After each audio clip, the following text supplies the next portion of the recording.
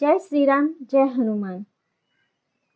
मारुतीच्या जन्माचा इतिहास आणि त्याला हनुमान असे नाव मिळण्याचे कारण, राजा दशरथाने पुत्रप्राप्तीसाठी यज्ञ केला होता।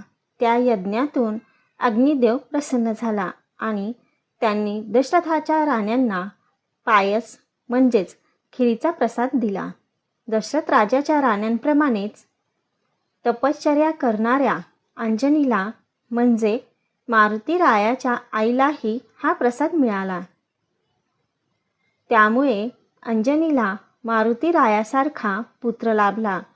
त्या दिवशी चैत्र पौर्णिमा होती। तो दिवस हनुमान जयंती म्हणून साजरा केला जातो। मारुती रायाने जन्मताच उगवता सूर्य पाहिला आणि त्याला ते फळ आहे असे वाटून त्याने सूर्याच्या दिशेने उड्डाण केले।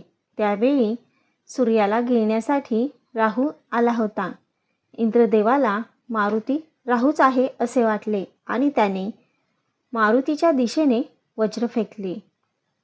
ते मारुती रायाच्या हनुवटीला लागले आणि त्याची हनुवटी छाटली गेली। तेव्हापासून त्याला हनुमान हे नाव पडले। धन्यवाद।